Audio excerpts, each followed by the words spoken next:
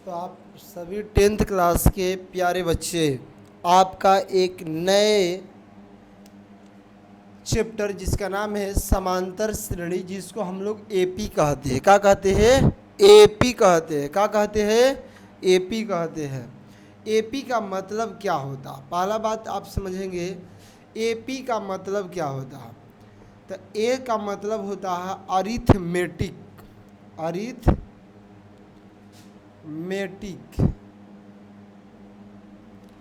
Arithmetic होता है। अब पी का मतलब होता है प्रोग्रेशन। तो आप समझ गए, एपी का मतलब होता है अरिथमेटिक अरिथमेटिक का मतलब होता है समांतर, और प्रोग्रेशन का मतलब होता है श्रेणी। माने सीढ़ी वाला श्रेणी, ये वाला श्रेणी नहीं है, सीढ़ी वाला है, ये वाला नहीं है। तो ये हो गया समांतर श्रेणी। बहुत ही एक मजेदार चैप्टर है। आगे हम लोग पढ़ते हैं कि ये जो एपी है, बोलो कि श्रेणी किसे कहेंगे हम लोग? श्रेणी, जिसको इंग्लिश में हम लोग कहते हैं अरिथमेटिक।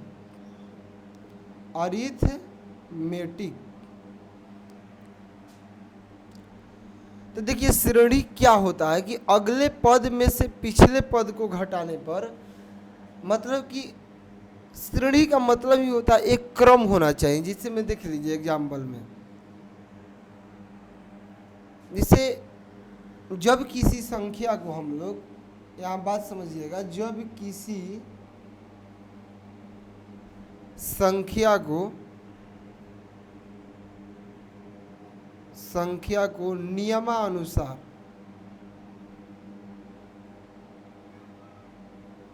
नियमानुसार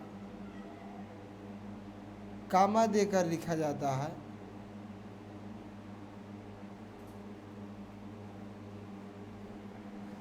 कामा देकर अगर लिखा जाता है तो उसी को हम लोग बोलते हैं का श्रेणी।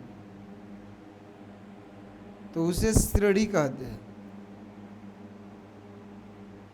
मतलब श्रेणी के में क्या है, दो बात इंपॉर्टेंट है इसमें। ये ससुरा कह रहा है कि नियमानुसार होना चाहिए, और इसको हम लोग कामा देकर लिखते हैं।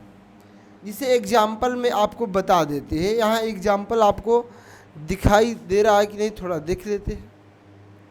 थोड़ा नीचे आ जा रहा है एग्जाम्पल में, चलिए कोई बात नहीं, बहुत सुंदर।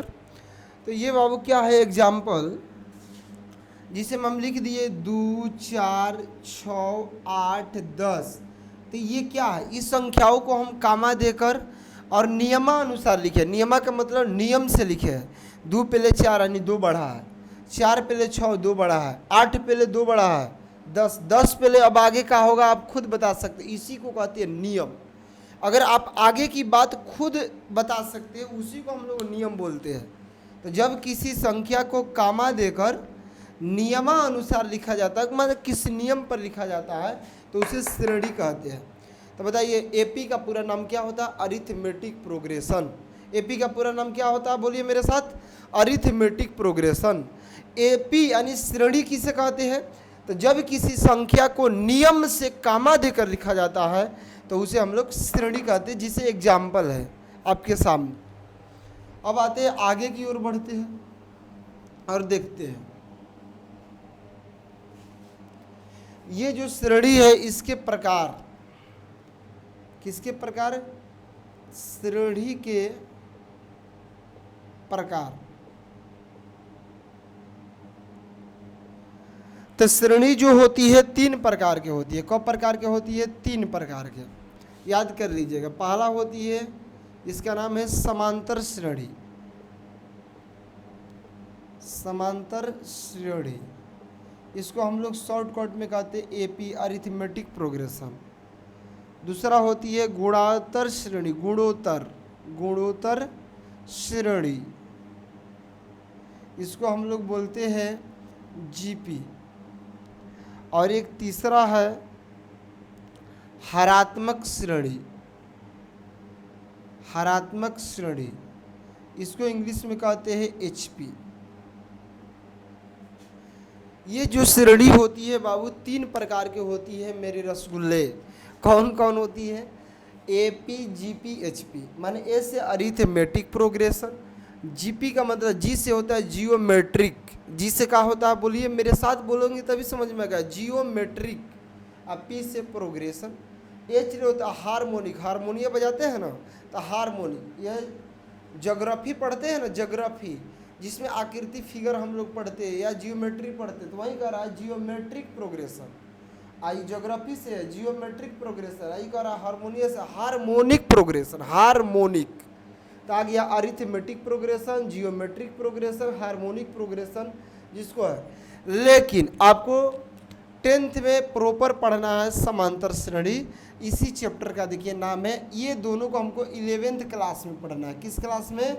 तो आप जब 11th में जाएंगे तो हम अच्छा से आपको पढ़ाएंगे, अभी आपको इसके बारे में ही डिटेल से पढ़ना है, समांतर श्रेणी के बारे में। तो अब हम लोग आगे बढ़ते हैं और देखते हैं समांतर श्रेणी क्या है।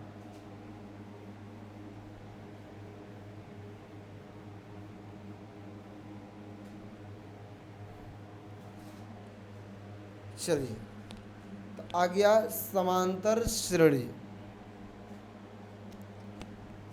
अगला स्टेप क्या आ गया? समांतर श्रेणी। देखिए समांतर श्रेणी का मतलब क्या होता है कि मतलब वह श्रेणी, अंगा समझा देते लेकर, वह श्रेणी जिसमें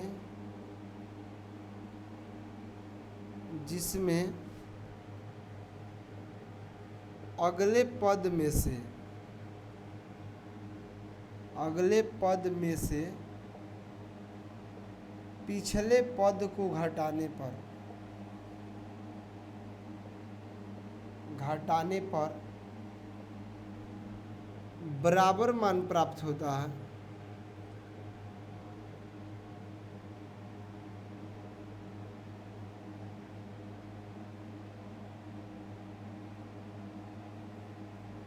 तो उसे समांतर श्रेणी कहते हैं। समांतर श्रेणी कहते हैं। इसे संक्षेप में मतलब शॉर्टकट में AP कहते हैं। ये सबसे मशहूर नाम है AP, ये सबसे मशहूर नाम है AP। समांतर श्रेणी कोई नहीं है, क्या चलता AP, क्या चलता AP, समांतर श्रेणी कोई नहीं बोलेगा। तो देखिए इसका यही नियम कह रहा है कि जैसे मान लीजिए हम लिखे 2 4 6 8 लिखे ना 10। अब मान लीजिए एक एग्जाम्पल ये हो गया, दूसरा एग्जाम्पल ये देते हैं। मान लीजिए 2 है, 6 है, फिर मान लीजिए 7 है, फिर मान लीजिए 10 है, फिर मान लीजिए 15, ऐसे। तो देखिए ये वाला AP है लेकिन ये वाला AP नहीं है, इसलिए क्या है कि देखिए इसके अगले पद 4 में से 2 घटाइएगा तो 2 आएगा। 8 अगला पद है, 8 अगला में से पिछला को घटाना। देखिए बात को पढ़िए कर, अगले पद में से आपको पिछले पद को क्या करना है? घटाना है। अगला में माने आगे में से पिछवाला घटाएगा। जैसे 8 में ले का घटी 6 तो कितना बच जाए 2। 10 में ले का घटी तो 10 में ले पिछला 8 घटी तो बच जाए 2। तो आप क्या देख रहे हैं यहाँ? देखिए झाँक कर आप लोग कि अगले पद में से अगर पिछले पद को घटा रहे तो बराबर मान आ रहा, 2 आ रहा है, 2 आ रहा है, 2 आ रहा है। लेकिन इसमें देखिए अगले पद मान लीजिए 6 है, इसमें 2 घटा देंगे 4 आएगा। अगले पद मान लीजिए 7 है, 7 में ले पिछला पद 6 घटाएंगे तो 1 आएगा। अगला पद 10 है, पिछला पद 7 है, घटाएंगे 3 आएगा। अगला पद 15 है और 10 से घटाएंगे तो 5 आएगा। आप ही बताइए क्या बराबर मान आया है? नहीं ना आया है, तो इसीलिए AP नहीं है। अब समझ गए, ये वाला AP है, ये वाला AP नहीं है। क्यों? क्योंकि इसके अगले पद में से पिछले पद को घटाने पर बराबर मान आ रहा, यानी 2 आ रहा। इसमें कभी 4 तो ससुरा, कभी 1 तो कभी 3 तो कभी 5, अड़बच खड़बच आ रहा, मतलब अलग अलग आ रहा। तो जिसमें अगर अगले पद में से पिछले पद को घटाएंगे या बराबर मान आ गया तो उसे हम लोग एपी कहते हैं। और जिसको अगले पद में से पिछले पद को घटाने पर बराबर मान नहीं आता है, एक मतलब वह एपी में नहीं है, उसको एपी नहीं कहते हैं। तो आप बताइए, आप बता सकते हैं कि कौन संख्या एपी में है और कौन संख्या एपी में नहीं है। खूब अच्छे से आप बता सकते हैं, इसमें किसी प्रकार के किसी बच्चे को दिक्कत नहीं है।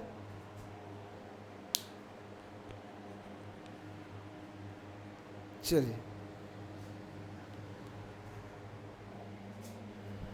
एक और एग्जाम्पल दे देते। कुछ बच्चों को यह नीचे लिखा गया था, दिखा नहीं होगा, तो एक और एग्जाम्पल हम दे देते हैं और आप ही से पूछेंगे कि बताओ एपी में है कि नहीं है।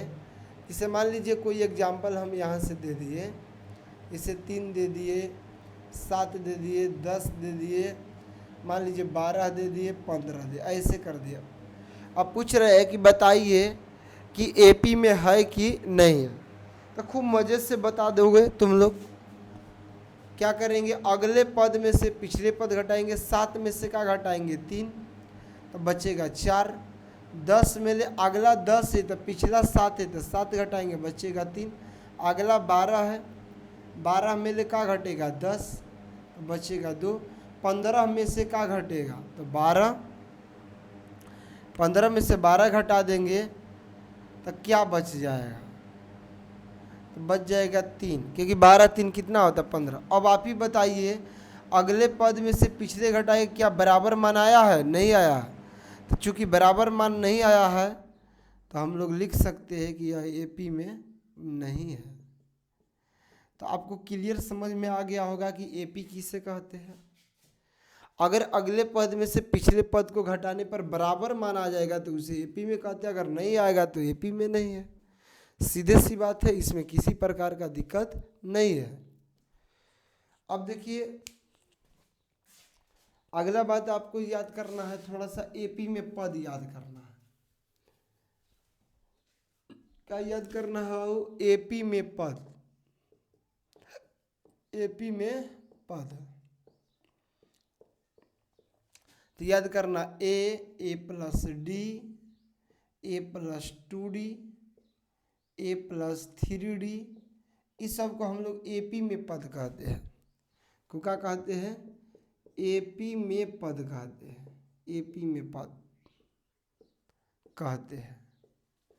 अब आप सवाल पूछ सकते हैं कि सर ए क्या है और डी क्या है। तो देखिए यहाँ जो डी है वह सार्वअंतर है। क्या है, सार्वअंतर। सार्वअंतर का मतलब होता है कॉमन डिफरेंस, इसको हम लोग डी से सूचित करते हैं। मतलब a2 माइनस a1 को अगर कोई पद एपी में हो, अगर मान लीजिए यदि कोई पद एपी में हो, यदि कोई पद कहाँ हो, एपी में हो, तो a2 माइनस a1 को सार्वअंतर कहते हैं, यहाँ सार्वअंतर कहते हैं। और इसे डी द्वारा सूचित किया जाता है। किसके द्वारा, तो डी द्वारा सूचित किया जाता है।